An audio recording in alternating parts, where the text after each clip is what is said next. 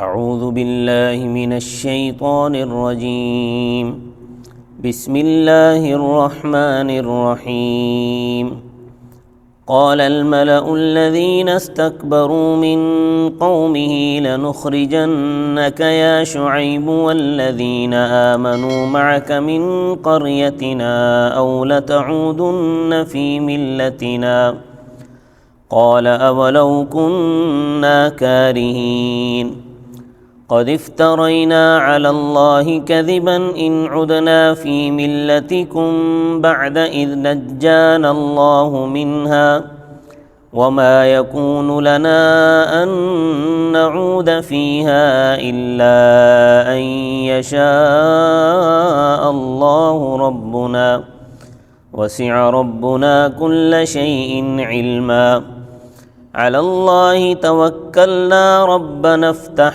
بيننا وبين قومنا بالحق وأنت خير الفاتحين وقال الملأ الذين كفروا من قومه لئن اتبعتم شعيبا إنكم إذا لخاسرون فأخذتهم الرجفة فأصبحوا في دارهم جاثمين الذين كذبوا شعيبا كأن لم يغنوا فيها الذين كذبوا شعيبا كانوا هم الخاسرين فتولى عنهم وقال يا قوم لقد أبلغتكم رسالات ربي ونصحت لكم فكيف آسى على قوم كافرين صدق اللہ العظیم۔ کل کے درس میں آپ حضرات کو بتایا گیا تھا کہ شعیب علیہ السلام نے اپنا اور اپنی قوم کا معاملہ اللہ کے سپرد کر دیا۔ اب حضرت شعیب علیہ السلام نے تو معاملہ اللہ کے سپرد کر دیا، مگر جو قوم کے گھمنڈی سردار تھے ان کا پارا ہائی ہو گیا۔ انہوں نے حضرت شعیب علیہ السلام کو الٹیمیٹم دیا۔ حضرت شعیب علیہ السلام سے کہا کہ آپ کے پاس صرف دو آپشن ہیں۔ پہلا آپشن، تیسرا کوئی آپشن نہیں ہے۔ پہلا یہ ہے کہ اگر تمہیں اپنا مذہب عزیز ہے تو ہم تمہیں اور تمہارے ساتھ جو ایمان لائے ہیں ان کو شہر سے نکال دیں گے۔ اگر شہر میں رہنا ہے تو اپنے پرانے مذہب میں لوٹ آؤ، اور بس یہ دو آپشن ہیں، تیسرا کوئی راستہ نہیں ہے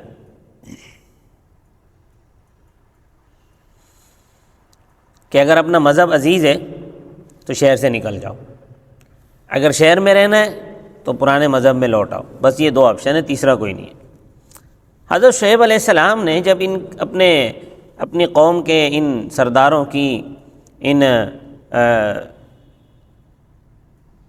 گدی نشینوں کی جب یہ بات سنی تو حضرت شعیب علیہ السلام نے ایک بڑا کڑوا جواب کیپسول میں بھر کر ان کو پلایا۔ حضرت شعیب علیہ السلام کی فصاحت و بلاغت کی کیا کہنے۔ میں نے کل کے درس میں عرض کیا تھا کہ حضور صلی اللہ علیہ وسلم نے حضرت شعیب علیہ السلام کو خطیب الانبیاء فرمایا۔ حضرت شعیب علیہ السلام نے تین باتیں ان سے ارشاد فرمائی۔ فرمایا بھائی ہم تمہارے مذہب کو پسند ہی کہاں کرتے ہیں جو اس کی طرف لوٹ کر آ جائیں، ہمیں تو تمہارا مذہب نہایت ناپسند ہے۔ دوسری بات، اگر ہم شرک کی طرف لوٹ آئیں تو اس کا مطلب تو یہ ہوگا کہ میں نے جو نبوت کا اعلان کیا ہے وہ معاذ اللہ دھوکہ تھا، وہ ڈھونگ تھا، تو یہ تو میں نے ڈھونگ رچا تھا، تو اس سے تو توبہ ہے۔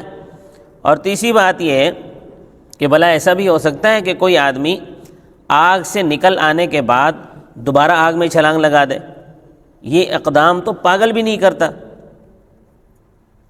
تو ہم تمہیں کوئی پاگل سے آگے کی چیز نظر آتے ہیں کیا؟ یہ اقدام تو پاگل بھی نہیں کرتا۔ اور چوتھی بات، ہاں اگر اللہ تعالیٰ کو کوئی اور بات منظور ہے تو وہ ایک دوسری بات ہے، کیونکہ اللہ کے احاطہ علمی میں سب کچھ ہے۔ ہمارا بھروسہ اللہ تعالیٰ کی ذات پر ہے۔ یہ اصل میں مماشات مع الخصم ہے کہ تھوڑی دیر مخالف کے ساتھ چلنا، پھر ایک کھینچ کے تھپڑ دے مارنا۔ تو اے ہمارے پروردگار، ہمارے درمیان اور ہماری برادری ان کے درمیان ٹھیک ٹھیک عملی فیصلہ فرما دے، یعنی عذاب بھیج دے، اور آپ بہترین فیصلہ کرنے والے ہیں۔ پھر اس کے بعد یہ تھپڑ مارا مگر سہلا کر، مگر قوم کے سرداروں نے اس بد دعا کا اثر بھی قبول نہیں کیا۔ انہوں نے قوم میں اعلان کر دیا کہ جو شعیب کی راہ اپنائے گا وہ گھاٹے میں رہے گا۔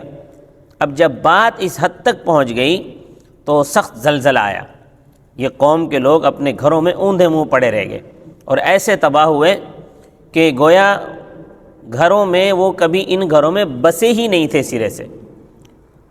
حضرت شعیب علیہ السلام اور ان کی پیروی کرنے والے گھاٹے میں نہیں رہے، بلکہ ان کی تکذیب کرنے والے گھاٹے میں رہے۔